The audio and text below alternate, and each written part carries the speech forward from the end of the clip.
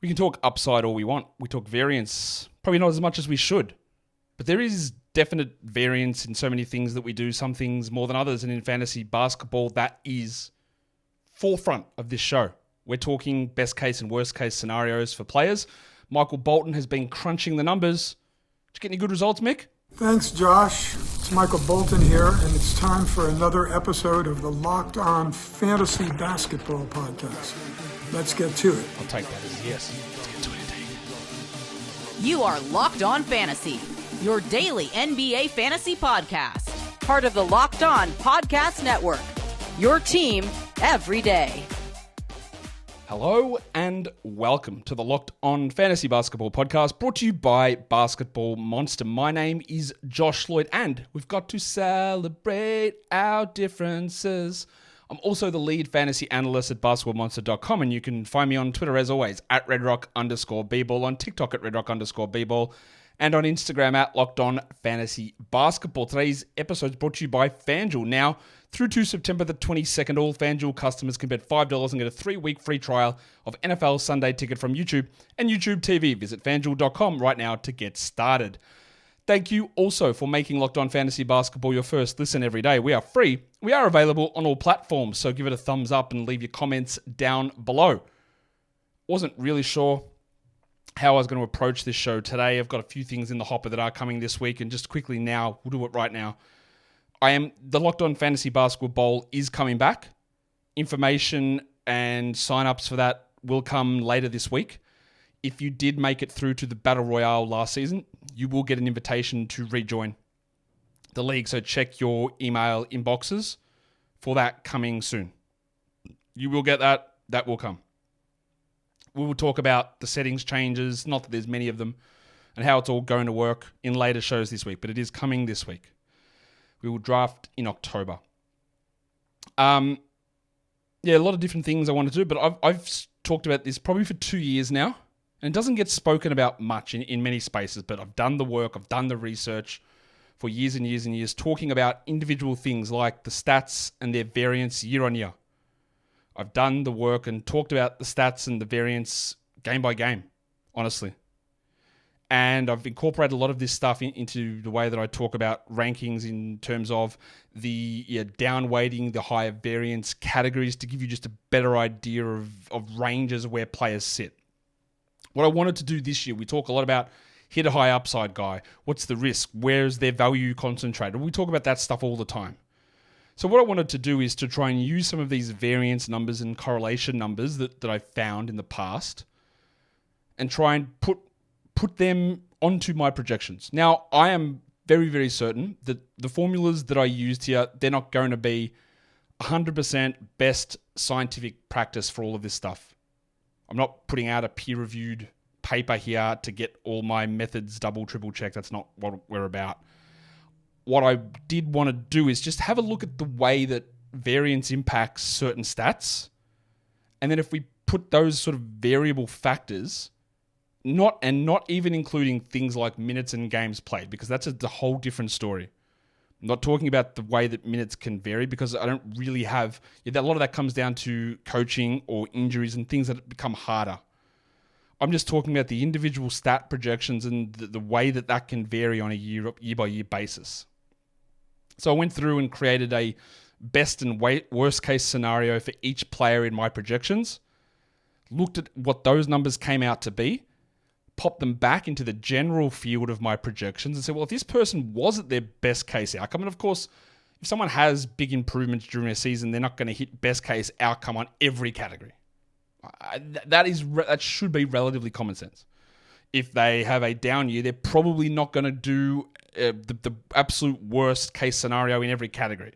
And there will be times where a worst case scenario situation is worse than what I predicted for an individual stat, or a best case goes way higher.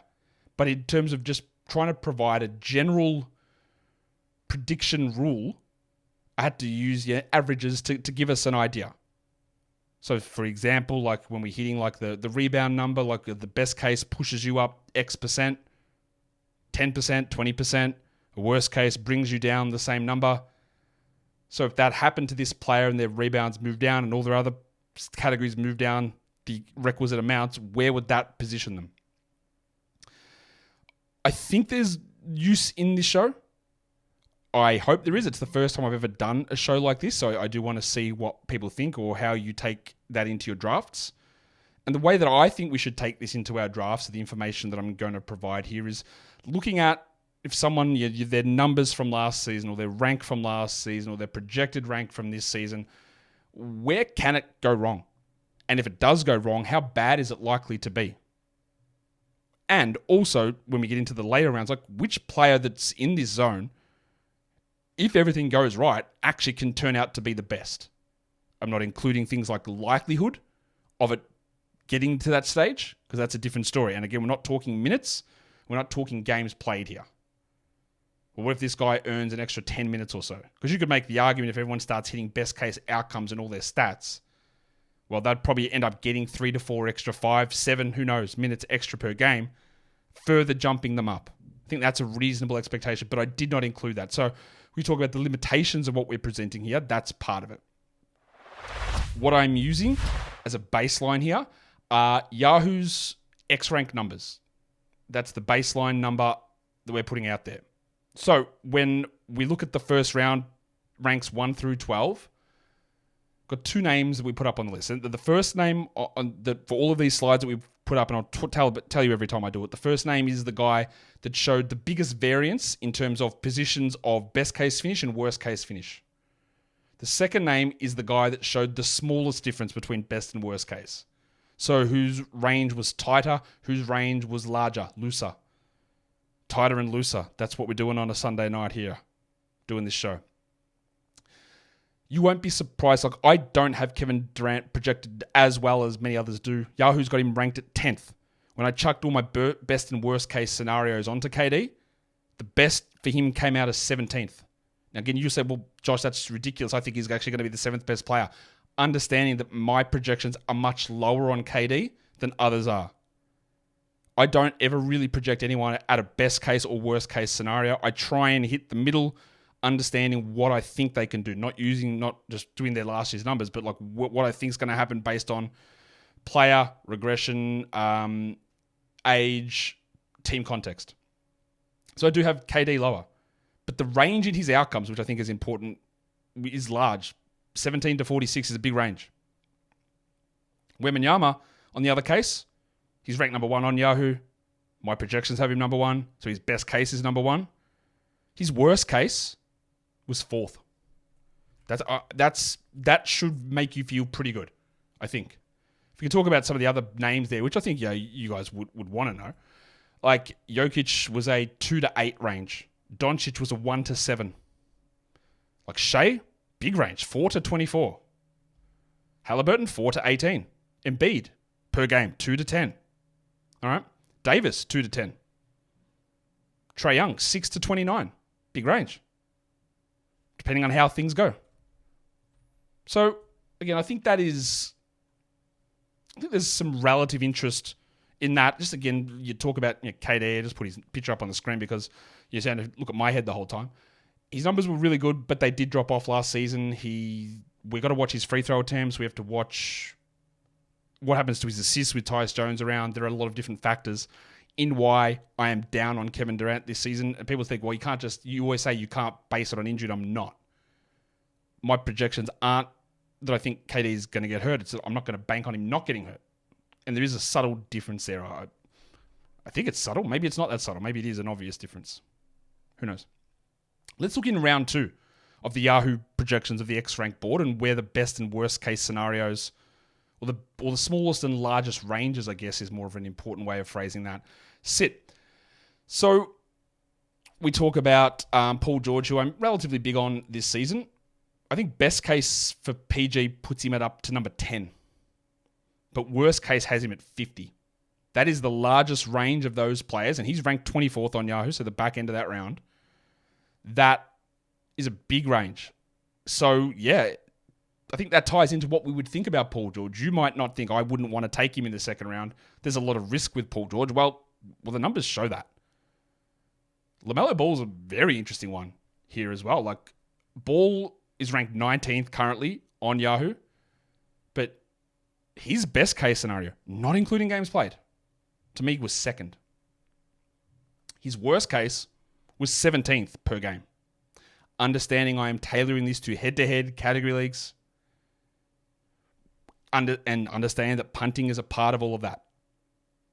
And if you don't want to punt that and you don't want to include the ways that I like to approach a general view of this, that's different. But the LaMelo had the tightest range there in round 2. And again, I think there is something to get out of just what the actual numbers themselves probably don't matter that much. They matter a little bit, but it's more like whose value in fantasy is more highly dependent on the more variable stats. I think that's maybe a better way of phrasing that. We're going to get through rounds 3 through to round 11 coming up in a sec, but today's episode, it is brought to you by FanDuel Sportsbook. We have talked about FanDuel for a long time. It is America's #1 sportsbook, of course. Well, something a little bit different now. You can, if you want to get in there and watch your Miami Dolphins get another win after today's Week 1 victory, well, you can. All the way through to September 22nd, FanDuel is offering all of their customers something great. You've just got to place a $5 bet, and then you get a 3-week free trial of NFL Sunday Ticket from YouTube and YouTube TV. You need a YouTube TV base plan, and then you can watch every regular season out-of-market Sunday afternoon game. All you need is that Google account. You need a valid form of payment, and of course, you can cancel that at any point. And they've also got a little bit of something extra across the weekend. You got a little bit of time still for this, for the FanDuel's double your winnings on Sunday, the 8th of September on pre-game moneyline bets. We'll see whether you can get in on that. Profit Boost will also be live starting on Friday, the 6th of September. So go ahead and go to FanDuel.com and download America's #1 sportsbook, and don't forget to gamble responsibly. All right, let's take a look at the third round of the rankings on Yahoo and see where the ranges come out again. The overall numbers probably aren't as important, I would say. I think they're important still, but they're not fully as important. Bam Adebayo has the largest range of outcomes. To me, he's ranked 36. Best case, he can be 26. Now, of course, maybe he is better than that. Maybe there are big changes and he starts blocking shots or he starts banging in a million threes and it doesn't impact his field goal percentage. Maybe. But I've got the range between 26 and 92. Now, 92, you'll say that is, how could Bam possibly drop to 92? How would that happen? Well, I'll tell you what the projections would look like. It'd drop his scoring down quite a bit. It's him obviously not hitting threes. It's steals and blocks both being under 1, which he's already at a problem with that already. And then it's percentages and copying hits there, like copying it across the board. He doesn't have a huge level of stability, I don't think. LeBron, which isn't a surprise, actually has the tightest range. To me, the best case would show 8th, the worst would show 34th. He's ranked at 26 at the top of round 3. Yeah, towards the end of round 2, the top of round 3. And I think we sort of know that. Look, that tells us we know that LeBron has been really consistent with his numbers year on year on year.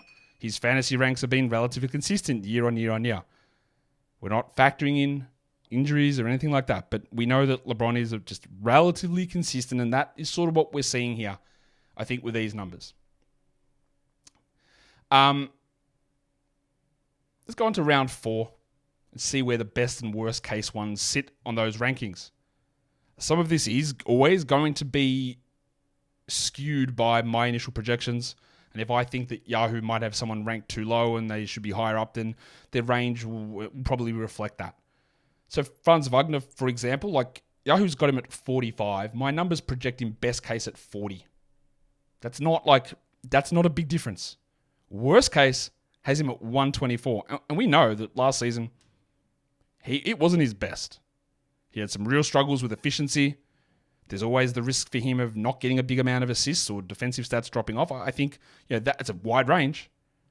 And what this also, I think, goes to show is that when we get into these later rounds, and this is, again, a concept I've been talking about for a long time, is that the differences between players becomes very, very much smaller. And small changes create gigantic differences.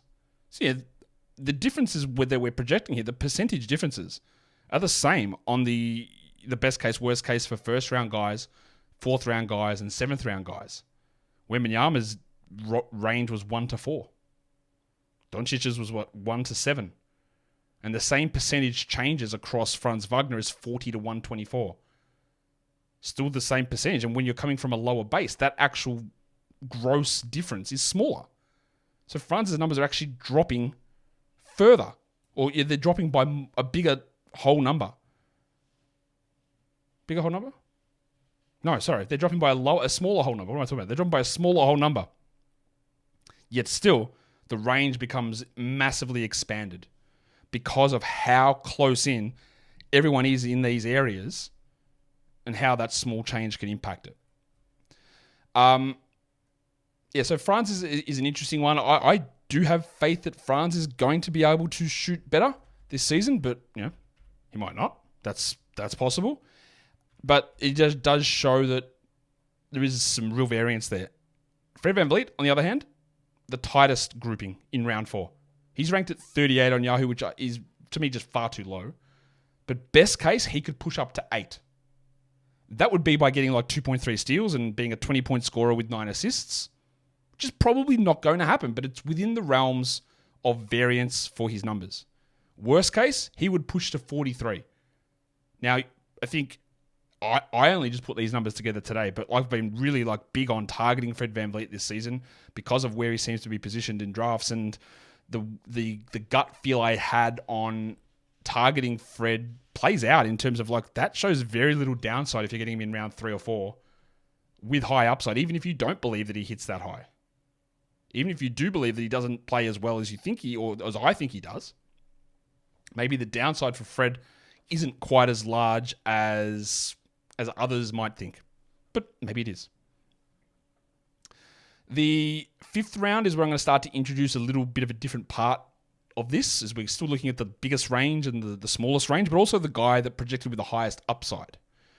So we're in round 5. Mikal Bridges is in round 5 of Yahoo's rankings at number 60. Again, I do not have Bridges particularly high this season. My best case has him at 43, though. This is pretty good.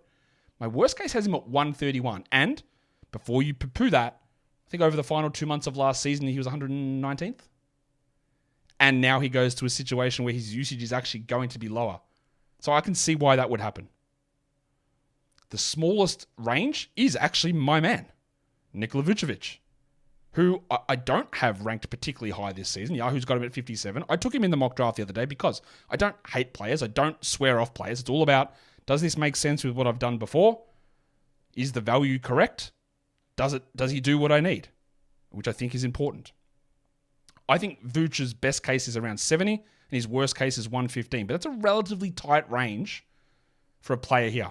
Now, the guys that are going in round 5, the player with the highest upside, according to the way these numbers have come out, I haven't fudged anything and just said, well, let's make sure we put this guy higher. The guy who comes out with the highest upside is actually Zion Williamson, who, maybe could be a first-round category league player. It would need a lot of things to go right. Free throw percentage would need to jump. Field goal percentage could push back up to where it was 2 years ago. We get some big steal and block increases. And that puts him in the highest upside zone. Again, not accounting for the injury concerns which may exist or may not exist, depending on your thoughts on that. Round 6 was one that was, I guess, somewhat eye-opening for me. So round 6, we're talking pick 61 through to pick 72. Yeah. The largest range was Devin Vassell, who Yahoo's got at 67, which I think is totally reasonable. Best case topped him out at 49, which, again, I can see that. If I was to eyeball it, if someone was to say to me, what's your best case outcome for Vassell this season? I probably would have said 40. So it's not far off. Worst case is 133. That's really bad. And you say, well, how could that happen? Well, Mikal Bridges, we just talked about it. What if the steals actually drop a little bit further? What if the usage doesn't go up? What if he has a bad shooting season? He's not buoyed by rebounds and assists at all, doesn't get blocks. That's the range. The tightest range, I was a little surprised at this. It was Julius Randle. Randle's best case outcome for me was 32nd. His worst was 71st. Also remembering, when I'm talking head-to-head rankings, I am not including turnovers in them. I am having certain weightings on the variance and the game-to-game variance, and that's how we play head-to-head on a week-to-week basis.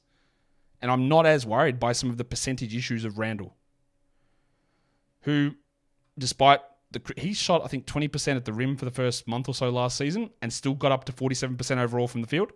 I think he's actually got some, if he does take fewer threes, which he did last season, Randall, and we get a normal season of rim finishing, giggity, I think he could actually improve on that 47.2.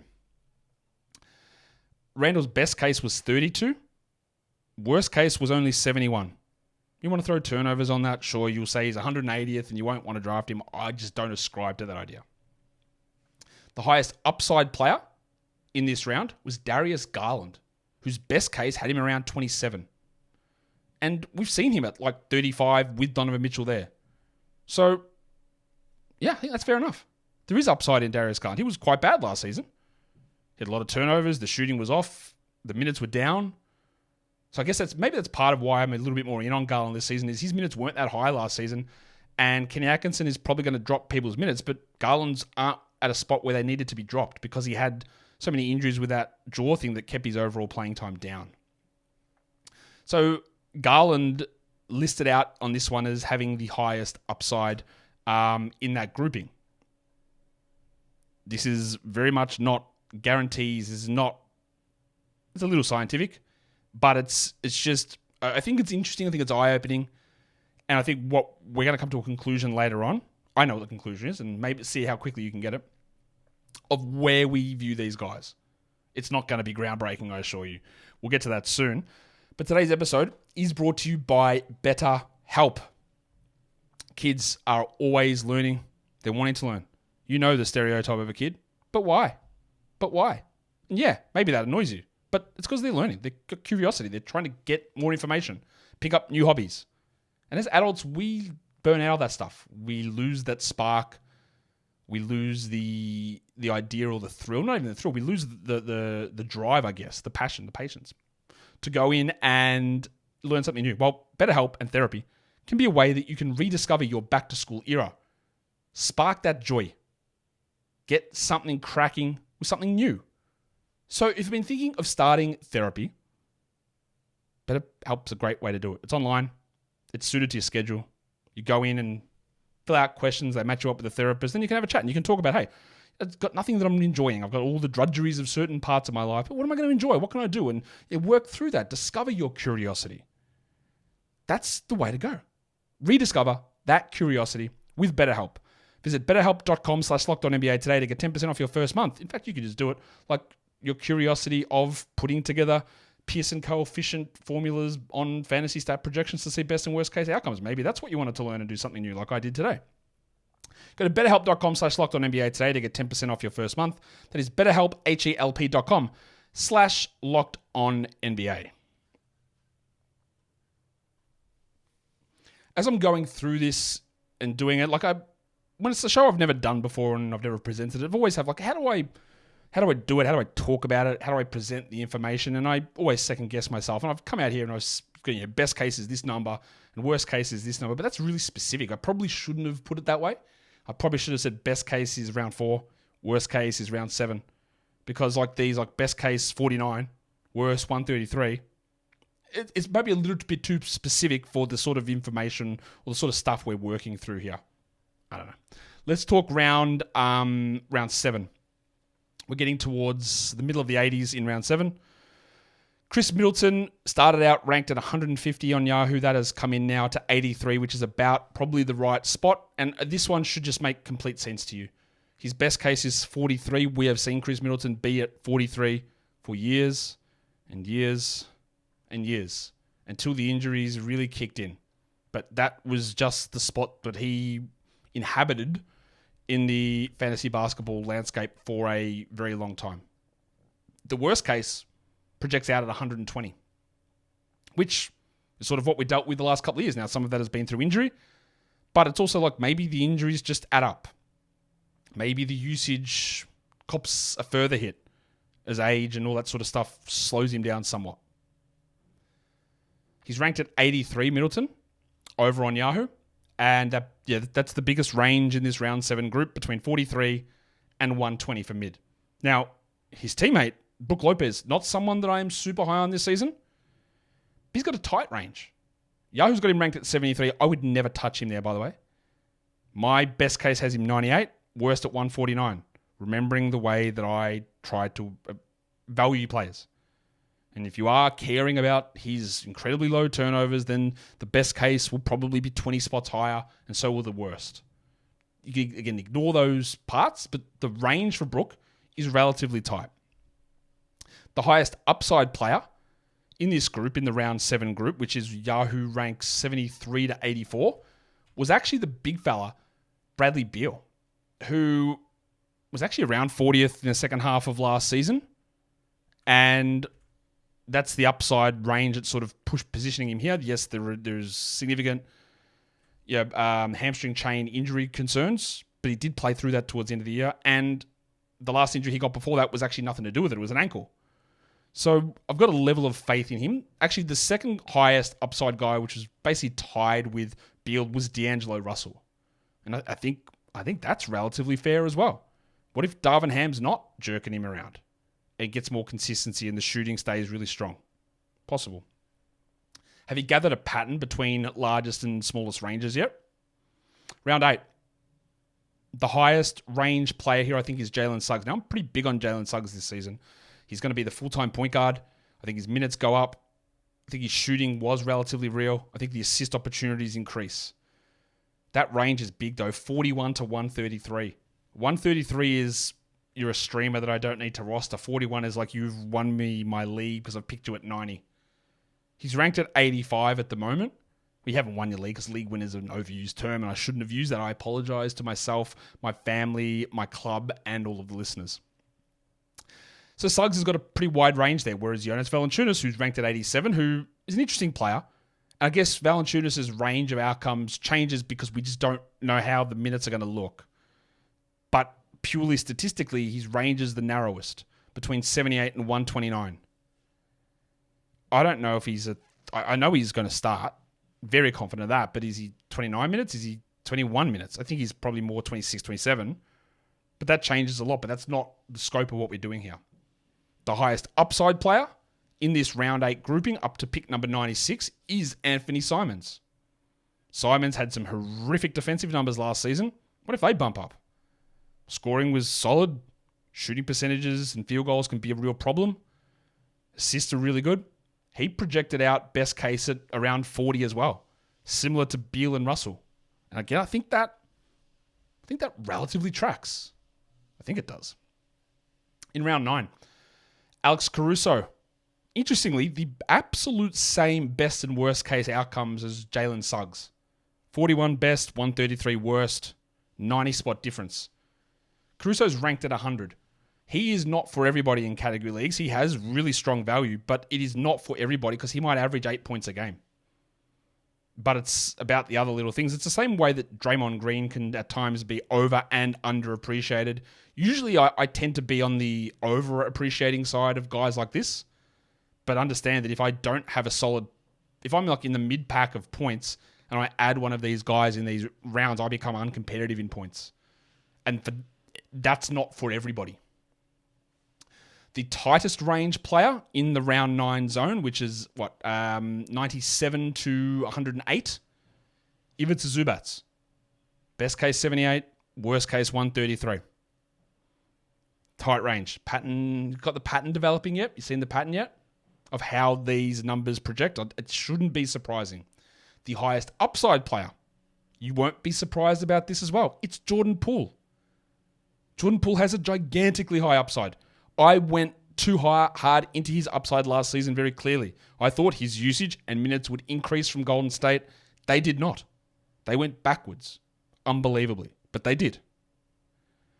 I am still very big on Jordan Poole. I loved what he did down the stretch in terms of producing numbers. I think he'll be the starting point guard, but Brian Keefe might come out and say, absolutely not. It's Brogdon or it's Bub and Poole, you're playing a 27-minute bench role. I don't think he will, but it's possible.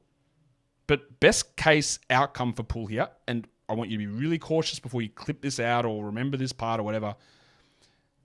I'm not suggesting that Jordan Poole is going to be this player. or he is going to be this good, or you should bank on it, or you should consider him in this zone. But best case, he actually panned out at 26, which is actually not far off what I thought best case of him last year was.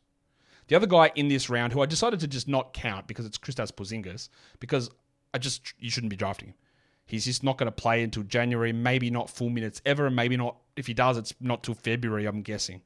But he projected as 26th best case, which again, I think makes a lot of sense. That's round 9. We're only going through to round 11 in these groups. I don't want to go too far into 12 and 13. That just becomes total flyer zone. Round 10, the biggest range of outcomes was Marcus Smart. The pink eye legend had a best case of 73 and a worst case of 173. That's a 110 spot difference. I think there's a misconception about what Marcus Smart was as a player last year. His fantasy numbers last year per game, really good. Really good. I think he's going to start for Memphis and he's going to play some backup point guard as well. He's going to play his 30, 31 minutes a night or whatever. But that's variation. It's a big variation. He's ranked 117, which is far too low for me. I don't know why he'd be at 117. He was way better than that last season. There is the concern of how the jar return impacts him. But remember, Smart was also out most of last year too. But he's got the widest range. And then the narrowest range is Walker Kessler, between 81 and 134. Now, you could very easily say, Josh, come on. Kessler's upside's actually 20th. Also remembering that I do a lot of stuff with turnovers and trying to blunt some of the impact of these high variance, right concentrated stats like blocks. So that's why his upside isn't that high. And this is not a minutes-based thing. I've only got him, I think, at 25. But he could play 30 minutes. He could easily. And he would jump way higher than this. But his range of outcomes is pretty tight, Walker Kessler. The highest upside player in the round 10, we're talking about OG Anunoby, who he's ranked at 109. He's got an ADP of 102. Best case for me is like a round 4 player. We've sort of seen him in that area in the past. Get a little bit more usage than you expect. Steals and blocks are up. Shoot really well. Get to the line a bit. It is hard in New York, but he projected as one of the best upside outcomes in that zone. The last round I am going to do is round 11. Have you got the pattern yet? Gary Trent is the biggest range player. Best case 98, worst case 185. If you do count turnovers, Trent could be a top 60 player. Again, you would never want to take him as your 5th best player, and that is why I don't like including turnovers in those valuations. But Trent's ranked at 131. If the steals top out at best case, if he hits his threes at best case, if he's able to bump some of his assist numbers, then yeah, look, he is worth it. He probably is going to start and having a role for Milwaukee. Worst case is just like your Malik Beasley, which is useless. 185. Tracks. Tightest range is Josh the Hitman Hart in New York. He's ranked at 130. I don't really see how he's draftable in 12-team leagues. His best case for me is 130 and worst is 185. Yeah, minutes, injuries would bump that up. I know that. That's a really tight range. We sort of know what he does. But that's the tightest range there. And the highest upside, projecting around top 50, not quite there, was the speaker, Keontae George. I love George this season as a flyer late round pick. Second-year guards get undervalued continually. He might still struggle to shoot. Maybe he never generates any level of assists that we want. Maybe steals don't bump up. I don't know. But in round 11, I don't care. Round 10, I also don't care. That is the great idea of taking players there. And then when I ran these numbers and he projects out to have a top 55 upside, then I'm in. Some of the other higher upside players here were Malik Monk and Amen Thompson. And that's only in limited minutes for Amen as well. So that's something to watch. So, did you grasp, not grasp, that sounds weird, grasp, the pattern? It all ties back to the things we've spoken about for years.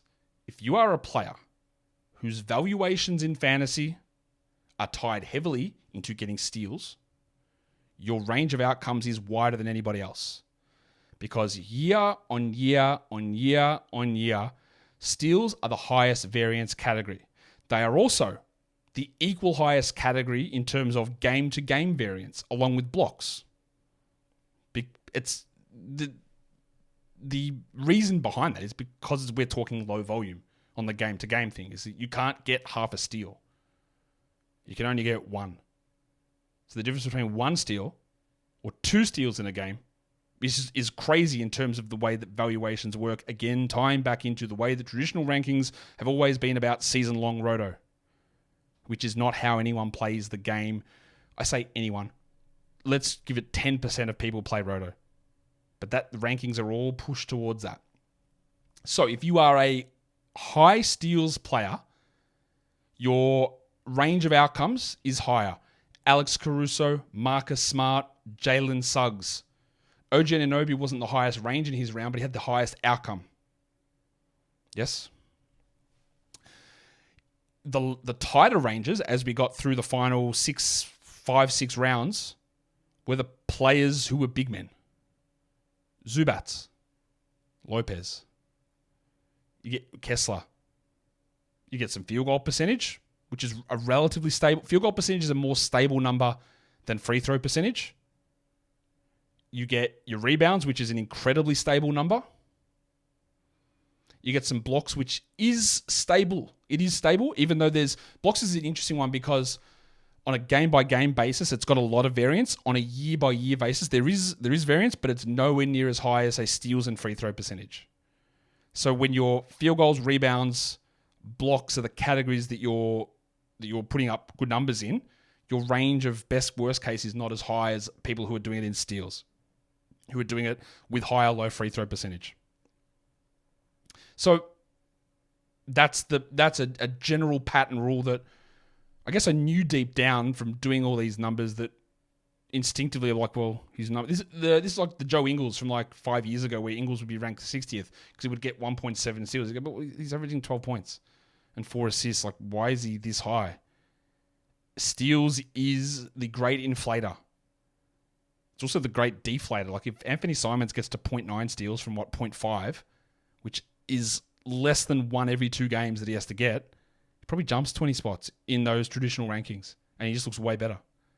Paolo Banchero, get me 1 steal a week more. That's 0.3 per game. And you go from 0.8 steals to 1.1. It's 1 steal a week. And then you've jumped up to become, oh, actually, maybe he is pretty good. So that's the takeaways. The tightest stats are rebounds, assists, blocks, points, field goals. The more variable ones, we're talking free throw percentage, we're talking steals. With 3-pointers, relative, sort of variable as well. Not as much, but sort of variable. I hope that there was interest in this. I hope you got to the end of it. I hope you actually took something out of it without saying, well, yeah, you can definitely be better than that number. More just about the idea behind this, the idea of considering variance and ranges and where you want to look at taking those upsides and all that sort of stuff. I hope it makes sense. I'd love to hear your feedback. What I also would love from you is a thumb up, a subscribe, and those comments. I just said it a million times. Comment. We are done here. Don't know what's coming next. There's something coming next. Don't know if it'll be today or tomorrow, but if you subscribe, you'll know when it's out. We're done here. Thank you so much for listening, everyone. See ya.